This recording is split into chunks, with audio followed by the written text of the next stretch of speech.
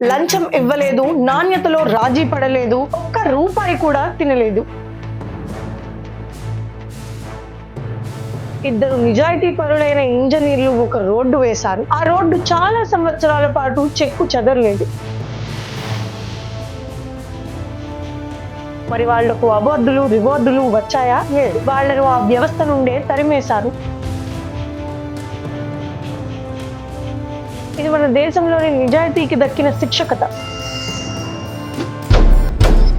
1990లలో పూణేలోని జంగ్లీ మహారాజ్ రోడ్డును నిర్మించే కాంట్రాక్ట్ రెకాండో అనే కంపెనీకి దక్కింది. దానిని నడిపించేది ఇద్దరు పార్సీ సోదరులు. వాళ్ళు సిస్టమ్ లోని లొసుగులను వాడుకోలేదు. వాళ్ళు చేయాల్సిందల్లా ఒక్కటే, ఒక మంచి నాణ్యమైన రోడ్డు వేయటం, పటిష్టమైన ఫౌండేషన్, సరైన డ్రైనేజ్ వ్యవస్థ, నాణ్యమైన మెటీరియల్స్ అన్ని పక్కాగా వేశారు. ఫలితంగా ఆ రోడ్డు ఏళ్ల తరబడి ఒక్క గుంత కూడా పడకుండా, చిన్న రిపేర్ కూడా అవసరం లేకుండా నిలిచింది. కానీ వాళ్ళ నిజాయితీనే వాళ్లకు శత్రువైంది. మన కరప్ట్ సిస్టమ్ లో చెడిపోయే రోడ్లే లాభదాయకం. రోడ్డు ప్రతి ఏటా పాడవ్వాలి. అప్పుడు కొత్త రిపేర్ టెండర్లు పడతాయి. ఆ టెండర్ల ద్వారా నాయకులకు, అధికారులకు కమిషన్లు వెళ్తాయి. ఇదొక డబ్బు చక్రం. కానీ ఈ ఇద్దరు ఇంజనీర్లు వేసిన ఒక్క మంచి రోడ్డు ఆ డబ్బు చక్రాన్ని ఆపేసింది. రోడ్డు పాడవ్వట్లేదు. దాంతో కొత్త టెండర్లు లేవు, కమిషన్లు లేవు. వాళ్ళ విజయం అవినీతి పరుల ఆదాయానికి గండి కొట్టింది. ఆ తరువాత ఏమైందో తెలుసా? వాళ్లకు ప్రభుత్వ కాంట్రాక్టులు రావడం